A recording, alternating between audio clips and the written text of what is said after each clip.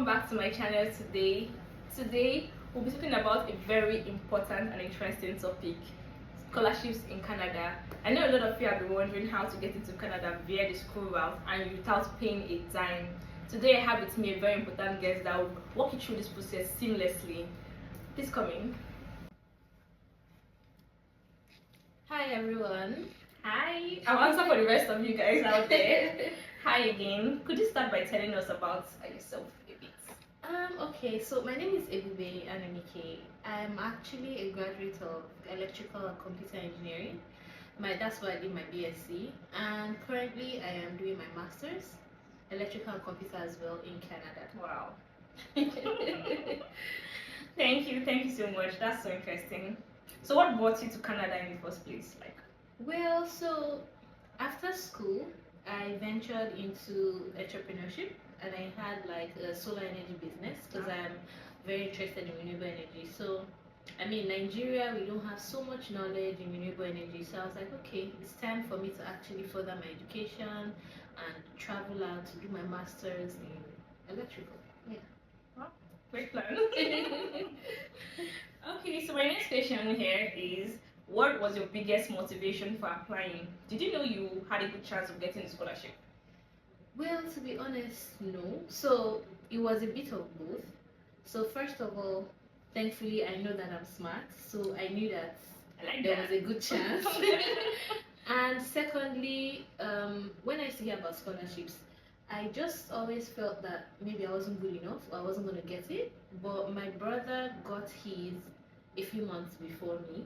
Wow. So when he got his... And that's on your younger brother, right? Yeah, my younger brother. So when he got his, it was more like a reality check for me that I realized that it's actually possible, because when I used to hear about scholarship, I just felt like it's something that would never happen to me regardless. But seeing my brother get it, it was like, okay, this is actually doable. And having someone that has done it, tell you how to do it, just made it easier for me. Yeah. You guys, you see, that's why I bought Ebube. I told her how to do it, and she's there to tell you guys how to do it. So moving on to our next question. How did you go about searching for schools, and what were the major requirements you focused on?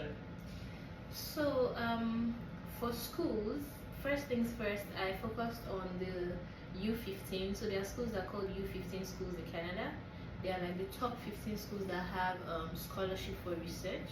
Okay. So I first of all, streamlined the 15 universities, and then the main thing that I focused on was what I had experience in, because the scholarship is for research and you need to show or prove that you have worked in that field.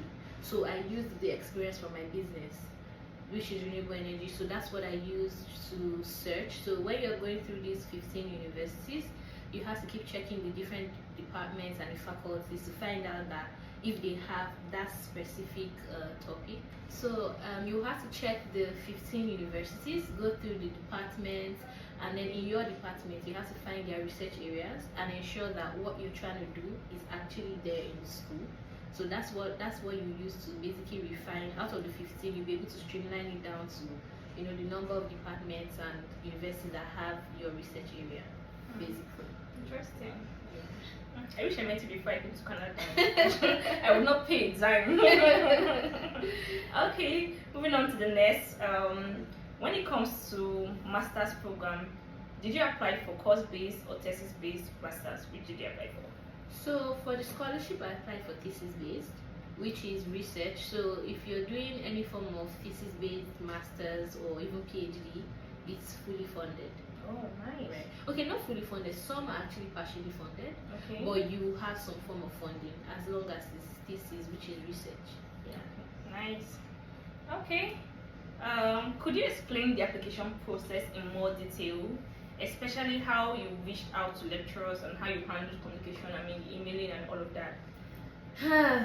It was a lot. The process, it took a while. Wow. So it's something that you have to be very patient. Canada will teach you patience. That's fact. Sure. So you have to be very patient. So first things first, in detail, like I said earlier, you streamline the universities based on the research area you're looking to. Okay. And then in those universities that you streamline, you're going to go to the lecturers that actually, have work in that area. So say for example mine is electric cars, you go to each department, find all the lecturers that have interest or do research in electric vehicles, and then you have to start listing all their names and their emails, so you have everything down. And then you're going to craft in this email now, you're going to be sending it to all those lecturers, and then you're going to have a general email where you just basically edit some things like the name of the universities, the name of the professors, and in that email you're basically selling yourself. So the most important things, okay, this is your interest. You're going to talk about your BSc shortly, like okay, this is what I did for my dissertation, and then after your BSc, what have you been doing?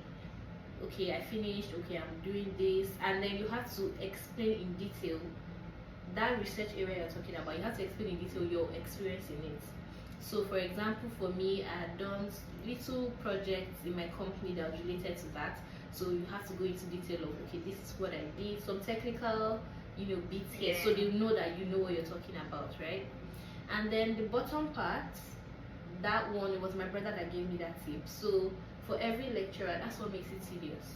For every lecturer, you're going to go to Google Scholar, search up the lecturer, and then some of their papers, you're going to look for the ones that are related to what you're asking for, right? Okay. And then you're going to read like one or two, and then in that email, the bottom, let's say the bottom paragraph, you're going to talk about something that was interesting or striking to you from the papers. And honestly, you don't have to read the whole thing. You can read probably the abstract, introduction, conclusion, just to get an understanding of what they're talking about. And putting that there kind of makes them know that, okay, you're also interested in their work, and it gives you an edge. So that was my process. And then you send it, you're going to wait. I sent mine, say October, and then I didn't get a response till like end of the year, early January. So you are going to wait. It's going to take a while. But I sent to like over 30 lecturers, and I got a response from just one.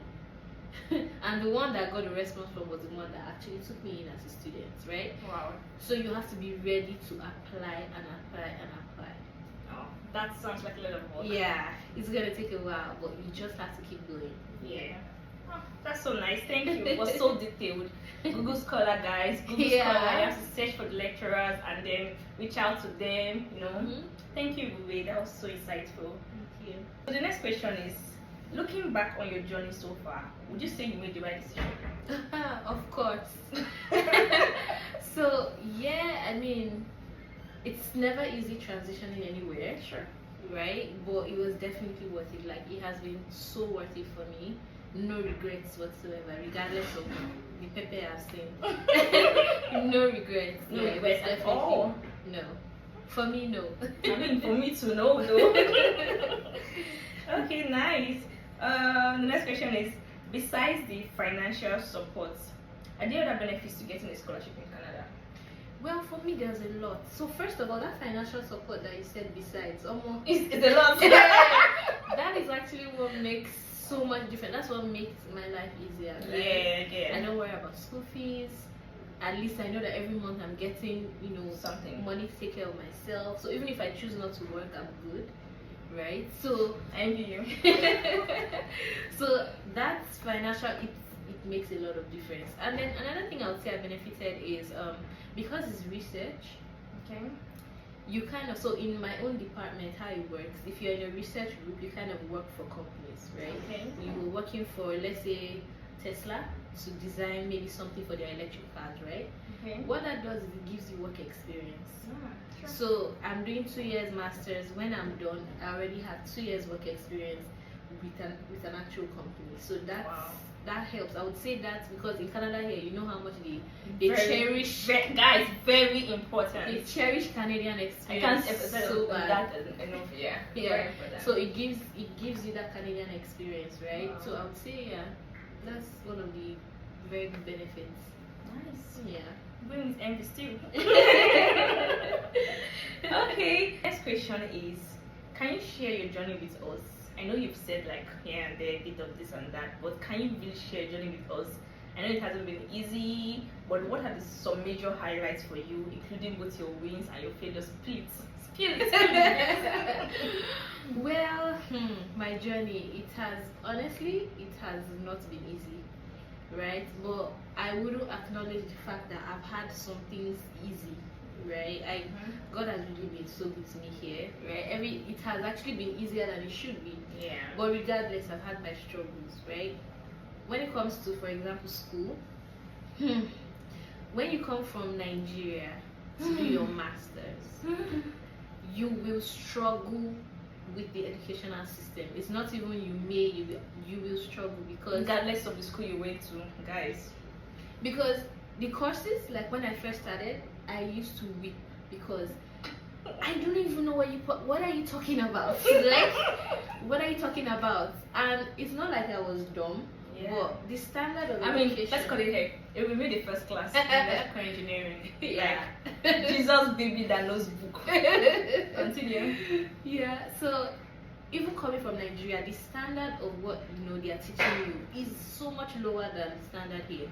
So when you come here, you're first going to struggle to catch up with what their undergrads know. You don't even know it as graduates. I mean, they're very practical, I can. Yeah. So you're struggling to catch up with what they already know before you can even start understanding what they're teaching masters. So it's a lot. Like, you will struggle to adjust to their system. For me, my courses, we didn't write exams, so it was more of assignments. But you see those assignments, hey.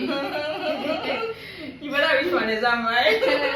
It was crazy. So it's so hard to the schooling here is really crazy. That's why since I came here, anytime I see people graduating abroad, I give them their accolades because schooling here is not easy. You're going to struggle to catch up. You're going to struggle with what they are doing. You're going to struggle with even their system of operation, everything. So it was tough. But I would say that having very good classmates helped. So me, what really helped me was, my classmates. I had some classmates that were already smart, some that already graduated from the same university, so they are already used to the system. They would help you, and they're always willing to help. They're always willing to help if you need help and all of that. So yeah, I mean, it was tough. I'm still doing my masters. It's not like I'm done. So I would just say, you're acing it back to back. I mean, I have to. So yeah, like, you just have to keep pushing. Honestly, I just keep at the back of my head that this master, I will shall finish, and I'll shall graduate strong, right? And I'll finish strong. I don't know. So when anything comes up, I'm just like, you know what? I don't care. I will still finish this master. I just keep that at the back of my head because that's spirit, guys. It's easy to get overwhelmed. But yeah. So the fun part, I mean, you skipped some parts. Me, one thing that's so important to me is my mental health, right? I know that I have to go hard with school, but that's the same way I go hard with my phone. I don't copy that. I don't play with going out, distressing, detoxing. I mean, it's summer, so because of that, I try my best to be out every weekend. Even if it's to go and see a movie, even if it's go to the cinema, but because once winter comes now, everybody's locked up again. So this my 2-3 months of summer, I've not even been joking. Ball hard. I go out and it helps me to decompress, distress, because I found out that when I do that over the weekend, on Monday when I have to go back to school work, my head is clearer, it's fresher, as compared to the weekends that I just stay at home and just sleep and just watch movie. I still feel tired, but when I distress, it really helps me. So yeah, don't joke with your phone, guys. That's unwind, guys. Canada has a way of putting you in a cycle of work, school, but it's so easy. And then you lose it, So yeah, I'm very particular about distressing, going out, having a drink, partying, whatever it is that helps you decompress. Yeah. I like that. I like what works for you, and you found yourself really early. That's so cool. I mean, I'm still struggling with that. If I go out once, 4 months inside, I get tired really easily. And I have fun. Okay. So the next question is: many people are passionate about the educational system here, but they're limited by finances, like we all know. The current exchange rate is no jokes, guys. Leaving our home country where we are from, Nigeria, and moving to another country that has like a higher exchange rate than ours, guys, is a whole lot, and this has been the challenge. So I want you to throw out some words of encouragement for them. Okay, so this is what I would say, right? Or something that I live by. Most of the times when I see that something is possible or someone has done it, I always tell myself that if it's doable, I can do it, right? So what I would say is to keep trying. You that's all you can do. I only focus my mind on what can I do. I do what I can do, and then I leave the rest for God, right? So when it comes to applying for example, scholarships, if maybe you try Canada and it's not working, there are so many other countries. Sure. US gives a lot of scholarships as well. So all you just have to do is keep trying, keep putting yourself out there, and you would see that by the grace of God, something will work out. But don't just lose hope because you've tried it once, or you've sent out 10 and it's been 2 months and they've not responded. But just keep trying and just keep pushing, and something will work out.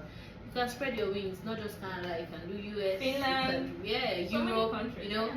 There are so many scholarships out there. So all you can do is just try your best, honestly. And never give up, guys. Never give up. Never. Okay. So the next question is, how do you balance school and work? I know you've said that already. Yeah. How do you balance school and work?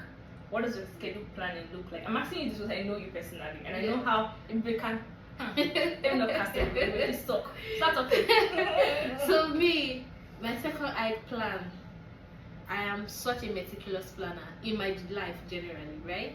So how do I? So it's not easy being a student and working. And at least I know the pressure is less on me because working is optional. Yeah. Although I must still work, right? Yeah.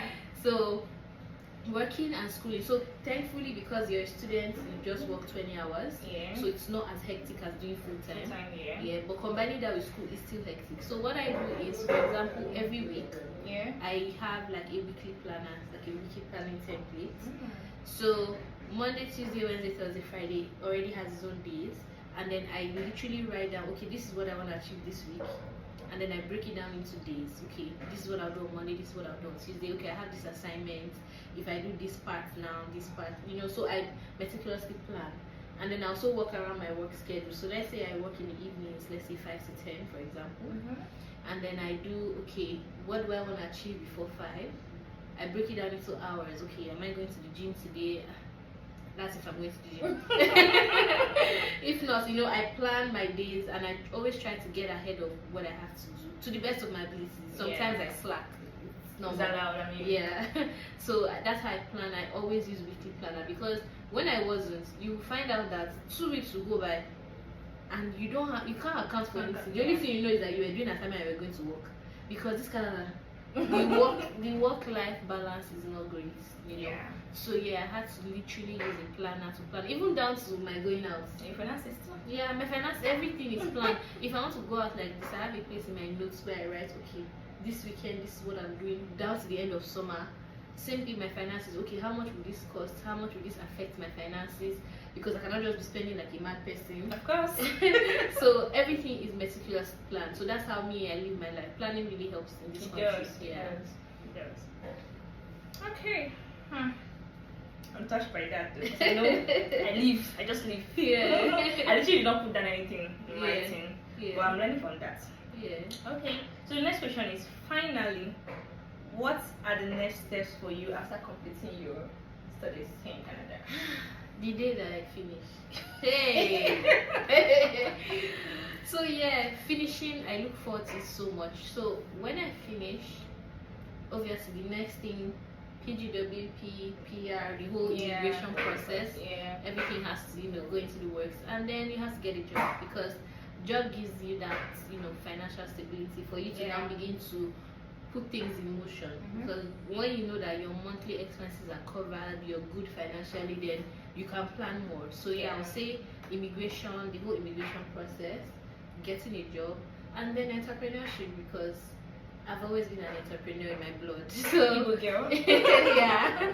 So I'm still also going to look into starting a business and going in line of entrepreneurship. So those will be the top 3. Oh, sounds like a plan to me. Yeah. Nice. Even but that has been a lot from you. I mean, even just listening to you talk, I like it. I like what you have Thank up there. you. I like your vision. I like how how intentional you are about your life, and Yeah. I've learned a lot from this conversation with you because I plan to further my studies, and hearing you talk about the scholarship part, I want to also benefit in that because if we can chill, if she wants to chill, I mean, she doesn't have to work. You heard that already. So thank you so much for accepting my invitation to be on the show today, for my content today. I really appreciate that. And I mean, good luck on your masters. Thank you. Everybody's going to come out with flying colors. We I know must. that she's a decision baby. But like, we wish you like success in all your endeavors. Thank you. I hope you come for our show some other time. Yes, definitely. Thank It you. was nice. Yeah. Okay, guys. Thank you. So that's all for today. I mean, you've heard everything we said. I hope you stay tuned to this YouTube channel always. Yeah. Bye. Till next time. Bye, guys.